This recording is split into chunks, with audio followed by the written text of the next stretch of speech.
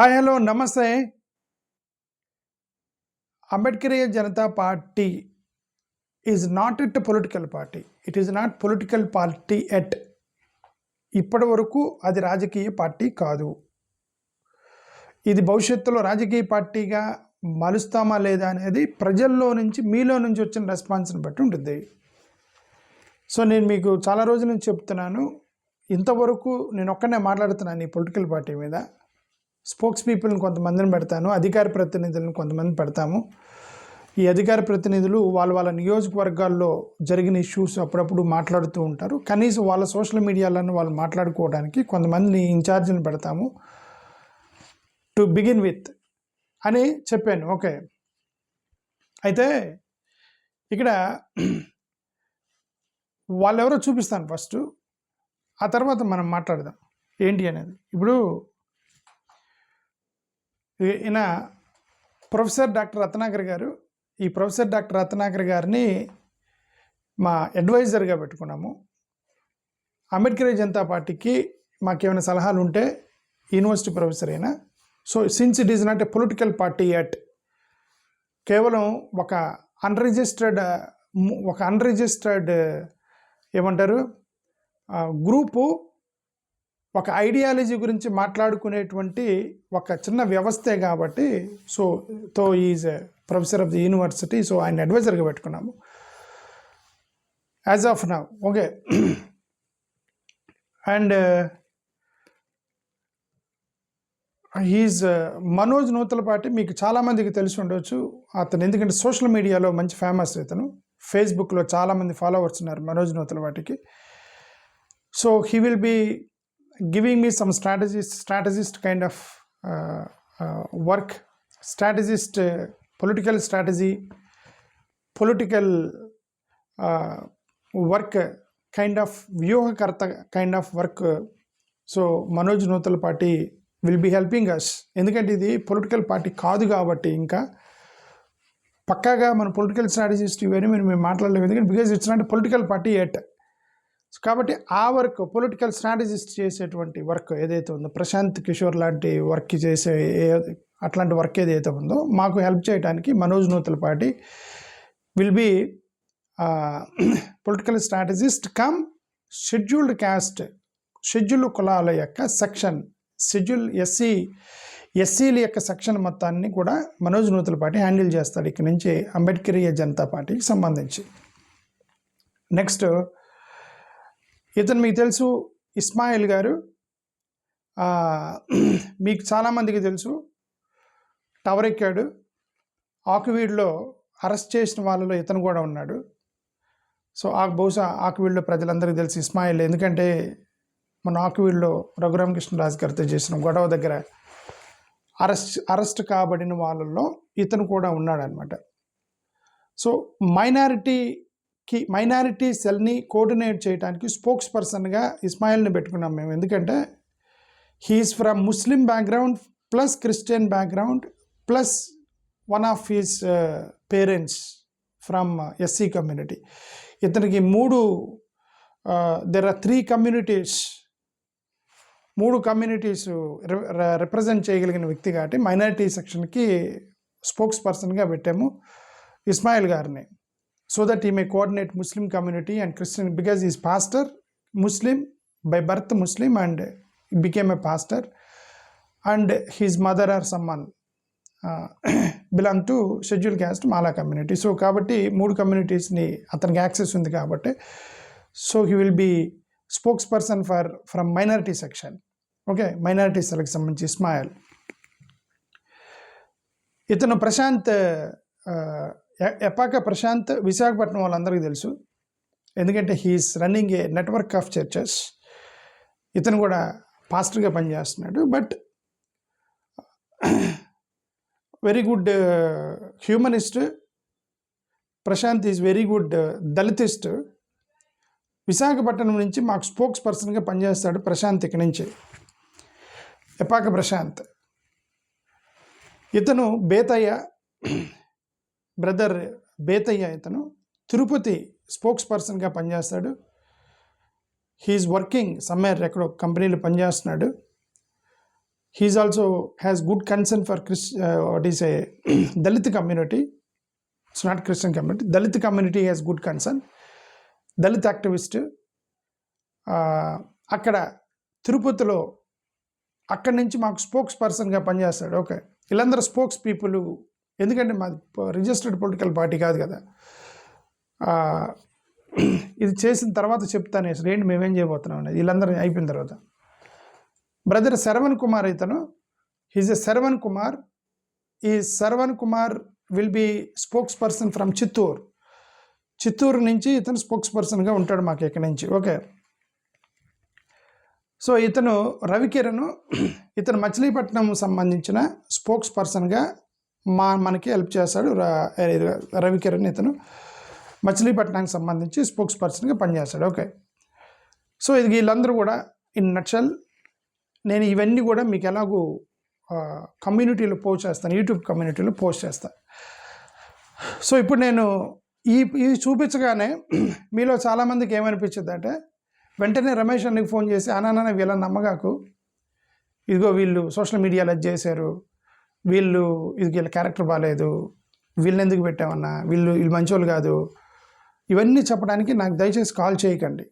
నేను అది ముందుగానే చెప్తాను, దయచేసి ఇవి చెప్పడానికి నాకు కాల్ చేయకండి. ఫస్ట్ ఆఫ్ ఆల్ వీళ్ళ యొక్క వ్యక్తిగత జీవితాలు ఎలా ఉన్నా సరే నేను ఐ కెనాట్ కంట్రోల్ దెమ్. ఇంకొకసారి నేను చెప్పేది, మేము ఎందుకు ఈ అంబేద్కర్ జనతా పార్టీ మేము ఏం చేస్తున్నామంటే మా యొక్క సెక్యులర్ ఐడియాలజీని డంపు చేయడానికి ట్రై చేస్తున్నాం. సెక్యులర్ ఐడియాలజీని ప్రజల మధ్యలోకి తీసుకెళ్ళడానికి మాత్రమే పనిచేస్తున్నాం. సో నాకు వీళ్ళకి ఉన్న లింక్ ఏంటి, నాకు వాళ్ళకి ఉన్న సంబంధం ఏంటి? సంబంధం ఏంటంటే ఒక సెక్యులర్ ఐడియాని తీసుకెళ్దామని నేను అనుకున్నా, వాళ్ళకు కూడా అదే మైండ్లో ఉంది. సో కాబట్టి మాకు ఒక చిన్న ప్లాట్ఫామ్ కావాలి, ఈ ప్లాట్ఫామ్ మీద వాళ్ళ సెక్యులర్ ఐడియాలజీని వాళ్ళ ప్రాంతంలో తీసుకెళ్తారు. అంతవరకు నాకు వాళ్ళకి రిలేషన్షిప్.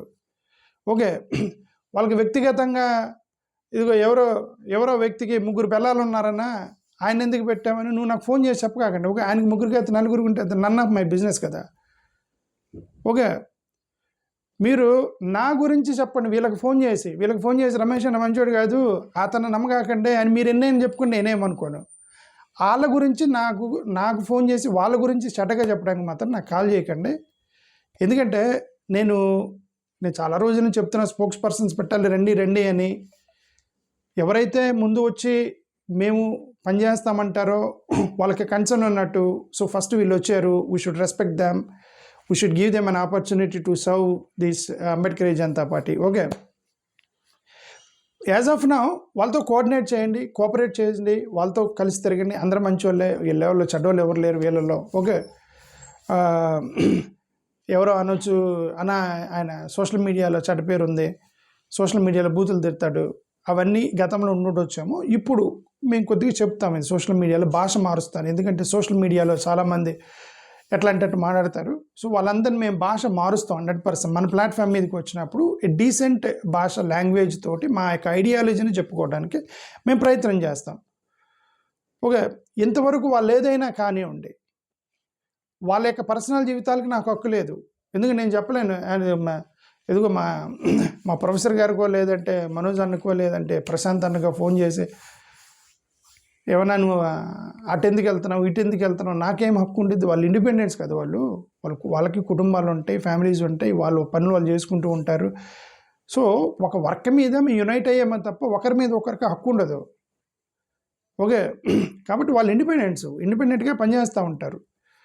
వాళ్ళకి అంటే పొలిటికల్ పార్టీలు, రిజిస్టర్డ్ పొలిటికల్ పార్టీలు పార్టీ లైన్లు అవన్నీ పెడతారు. నాది రిజిస్టర్డ్ పొలిటికల్ పార్టీ ఏం కాదు, కాబట్టి పార్టీ లైన్ పెట్టి నేను వాళ్ళని కంట్రోల్ చేయాలని నాకు ఉద్దేశం లేదు.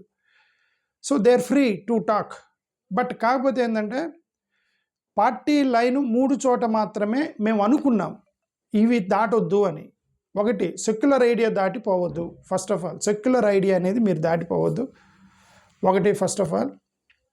రెండోది, మన ఐడియాలజీ అనేది మీరు ఎప్పుడు సెక్యులర్గానే ఉండండి. సెక్యులర్ అంటే అది ప్రమాదకరమైన పదం కాదు. అందరూ సమానమే అనేది సెక్యులర్ వాదం. హిందువులు, క్రిస్టియన్స్, ముస్లిమ్స్ అందరూ సమానమే అని తప్పు పదం అదే, దాన్నే సెక్యులర్ వాదం అంటారు. సెక్యులర్ వాదం is a beautiful word. Okay, SC, ST, బీసీలు కులరహితంగా అందరిని సమానంగా చూడాలనేది తప్పు పదమా? That's a beautiful word, that is called secularism. ఆ సెక్యులర్ వాదానికి కట్టుబడి ఉండండి అని. ఈ సెక్యులర్ వాదం తప్పేరు అంటే అర్థం ఏంటి? అందరూ ఎస్సీ ఎస్టీ బీసీలు అందరూ సమానం కాదు, ఒకరు పెద్దోడు ఒకటి చిన్నోడు అంటే తప్పినట్లక. హిందూ క్రిస్టియన్ ముస్లిం సమానం కాదు, ఒక మతం పెద్ద ఒక మతం చిన్నదంటే తప్పినట్లక. Then they are not secular. Okay, so వీళ్ళకి మేము చెప్పిన ఒకే ఒక కండిషన్ పార్టీ లైన్ ఏంటంటే సెక్యులర్ లైన్లోనే ఉండండి. అదొక్కటే లైన్ మేము మా బ్రదర్స్కి చెప్పింది. ఓకే, అది తప్ప వాళ్ళ జీవితాల మీద నాకేం కంట్రోల్ ఉండదు. Because they all are independents. భారతదేశం స్వతంత్రం ఇచ్చింది ప్రజలకి. ఆ సెక్యులర్ లైన్లో ఉండి సెక్యులర్ గురించి మాట్లాడుతూ ఉంటారు. ప్లస్ ఓటు వేసేటప్పుడు ఎవరికి ఓటు వేయాలి అనేది మేము నిర్ణయం తీసుకునేటప్పుడు ఒకవేళ మేము నిర్ణయం తీసుకుంటే అది చెప్తాం, అదొకటి మీరు ఫాలో అవ్వాలి. ప్లస్ లోగోలు అంబేద్కర్ జనతా పార్టీ లోగోలు పేర్లు వాడుతున్నారు కాబట్టి మనం నిర్ణయించని మీరు వాడాలి. అంటే 3 పార్టీ లైన్లో వెళ్ళాలి.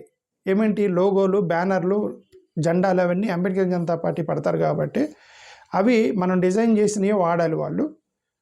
రెండోది ఐడియాలజీ సెక్యులర్ ఐడియాలజీలోనే ఉండాలి. అందరూ సమానమైనటువంటి మానవతా హృదయంలోనే ఉండాలి.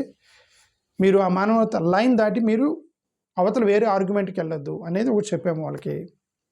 అదొక పార్టీ లైన్. ఇది తప్ప వాళ్ళకి ఏం లేదు. They are free to do their independence. Okay, so నాకు వాళ్ళకి నేను 2 కండిషన్స్ పెట్టాను. రమేష్ అన్న నీ కండిషన్స్ అంతా నా 2 కండిషన్స్ పెట్టాను. ఒకటి కండిషన్ నెంబర్ 1, జీవితంలో నాకు ఎప్పుడు శత్రువు అవ్వద్దని చెప్పాను వీళ్ళకి.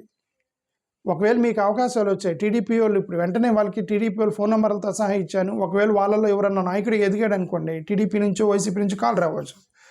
నేను చెప్పాను ఎస్ యు గో, మీ కెరీర్ నేను ఎప్పుడు అడుగుతాను. Okay, if you want to grow in your career, నీకు మంచి అవకాశం వచ్చింది వైసీపీ నుంచో టీడీపీ నుంచో, yes you go, I will also help you to grow in your career. మీ కుటుంబాలని, మీ ఫ్యామిలీని, మన దళితులు మీరు ఎదగాలని కదా నేను కోరుకున్నాను.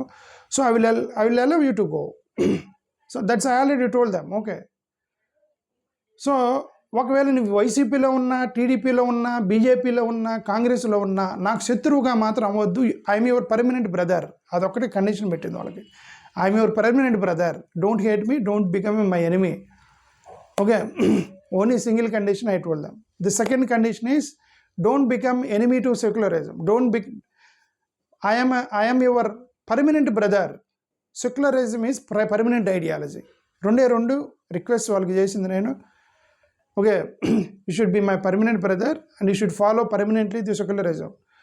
Other than this no conditions. It's up to them. Their family, వాళ్ళ పిల్లలు, వాళ్ళ కుటుంబాలు, వాళ్ళందరూ ఉంటాయి కాబట్టి మన కంట్రోల్ ఉండదు వాళ్ళ మీద. కంటెంట్ మాట్లాడేటప్పుడు మాట్లాడుకోండి, మీ ఇష్టం. మీకు ఏదో అనిపించింది, ఇది తప్పు అనిపించింది మాట్లాడండి. ఒకవేళ రమేష్ అని తప్పు చేస్తున్నాడు మీకు అనిపిస్తే మాట్లాడండి. పబ్లిక్లో సోషల్ మీడియాలో పోస్ట్ చేయండి, ఇది రమేష్ అని తప్పు చేశాడని చెప్పి, నాకేం ప్రాబ్లం లేదు. ఓకే, బూతులు తిట్టకుండా మర్యాదగా ఇది ఇలా చేస్తే బాగుండేది అని చెప్తే I welcome it. Okay, only నేను ఎప్పుడు బాధపడతానంటే 3 చోట్ల బాధపడతాను. ఒకటి, నువ్వు బూతులు తిడితే, అమ్మలెక్కలు తిట్టి, అక్కలెక్కలు తిడితే, నన్ను తిట్టకుండా మా అమ్మని అమ్మలెక్కలు తిట్టాను అనుకోండి, నేను బాధపడతాను. మనిషిని కాదు నేను కూడా, I also human being, right? So నాకు బాధ వేసేది. అందుకని బూతులు తిట్టొద్దు. నెంబర్ 2, సెక్యులర్ వాదానికి మీరు దాటి క్వైట్గా మీరు సెక్యులర్ లేదేం లేదంటే నేను బాధపడితే ఏంటంటే, ఇదేంది స్వామి, నేను మిమ్మల్ని ఇన్ఛార్జ్గా పెట్టాను సెక్యులర్ వాదం అని చెప్పి సడన్గా మీరు ఎట్టెళ్ళి సెక్యులర్ వాదం ఇదేం లేదు. ఓకే, ముస్లిం ఇప్పుడు మన ఇస్మాయిల్ అని వెళ్ళి ఈ దేశాన్ని ముస్లిం రాష్ట్రంగా మారుస్తాను అని అన్నాడు అనుకోండి, ముస్లిం అని సెక్యులర్ వాదం కాదు కదా. నువ్వు if you want to build India as a Islamic country, then it's not secularism, right? If you want to build Prashant అన్న నీ క్రిస్టియన్ దేశంగా మారుస్తాను అంటే ఇట్స్ నాట్ సెక్యులరిజం, రైట్? ఇప్పుడు మన బేతయ్య అన్న వెళ్ళి నేను హిందూ దేశంగా మారుస్తానంటే this not secularism, right?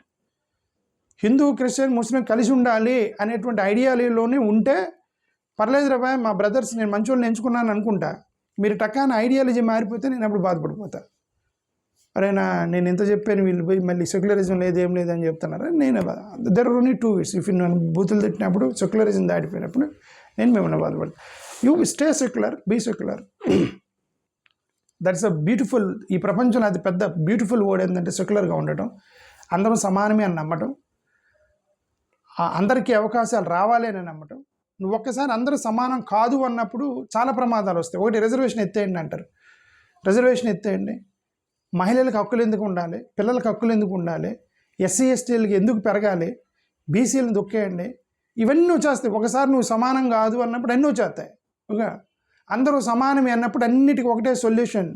For every problem there is one single solution ఈ సెక్యులరిజం. అంబేద్కర్ గారు ఆర్టికల్ 14, 15, 16, 17లో ఒక సింగిల్ ఓటుతో రాశాడు, అది అందరూ సమానమే అని రాశాడు దాన్ని. దట్ ఈస్ ఆ ఐడియాని వీళ్ళు ఇప్పుడు డంప్ చేయబోతున్నారు. మా ఫ్రెండ్స్ మేమందరం కలిసి మేము చేయబోతుంది అదే. అంబేద్కర్ జనతా పార్టీ తరఫున మా ఐడియాని ప్రజల్లోకి తీసుకెళ్దాం అనుకుంటున్నాం. ప్రస్తుతానికైతే ఫస్ట్ బ్యాచ్లో వీళ్ళని మేము అనౌన్స్ చేస్తున్నాము. ఇంకా మీలో ఎవరన్నా వీళ్ళని చూసి ఎస్ నేను మా నియోజకవర్గం ఇప్పుడు చిత్తూరు, తిరుపతి, విశాఖపట్నం ఈ 3 కదా చెప్పాను. మిగతా అన్ని స్ట్రాటజిస్టులు, మైనారిటీ సెల్లు ప్లస్ అడ్వైజర్ మిగతా 3.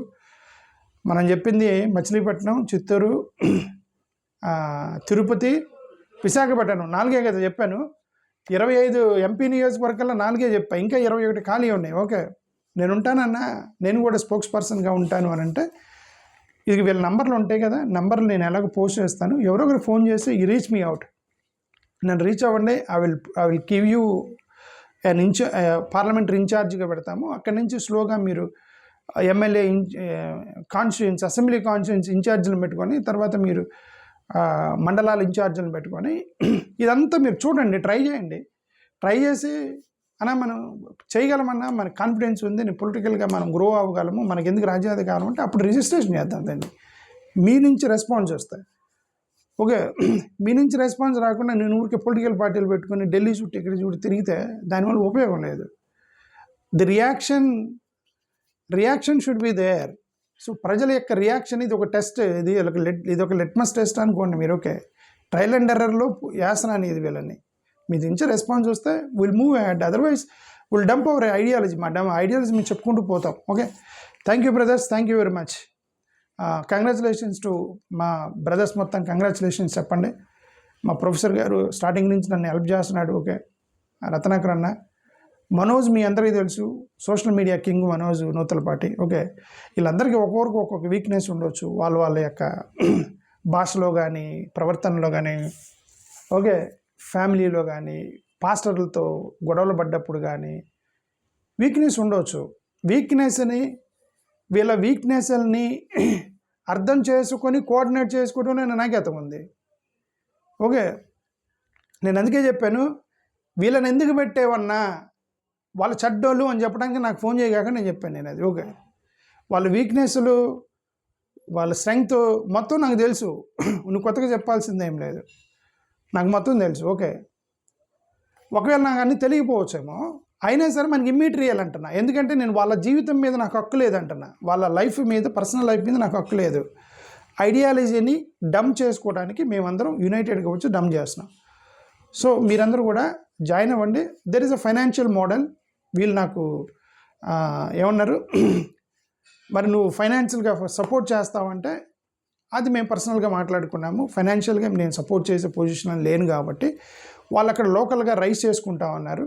లోకల్గా వాళ్ళే కోఆర్డినేషన్ చేసుకొని మరి ఫైనాన్షియల్గా మరి సోషల్ మీడియాలోకి వెళ్ళి డబ్బుల కోసం దందాలు చేయకుండా వాళ్ళ తెలిసిన ద్వారా, నెట్వర్క్ ద్వారా మేము ఫైనాన్షియల్ రైస్ చేసుకుంటూ మేము ముందుకు వెళ్తామన్నారు. ఆ పర్మిషన్ వరకు ఇచ్చాం వాళ్ళకి. So they may approach you for financial help and all. It is official. ఇప్పుడు ఎవరైతే చూపించానో వాళ్ళు ఎవరైనా మీకు ఫైనాన్షియల్ హెల్ప్ కోసం అని అడిగితే ఇట్ ఈస్ అఫీషియల్, నేను వాళ్ళకి పర్మిషన్ ఇచ్చానని అర్థం. That's it. Okay, thank you, నమస్కారం.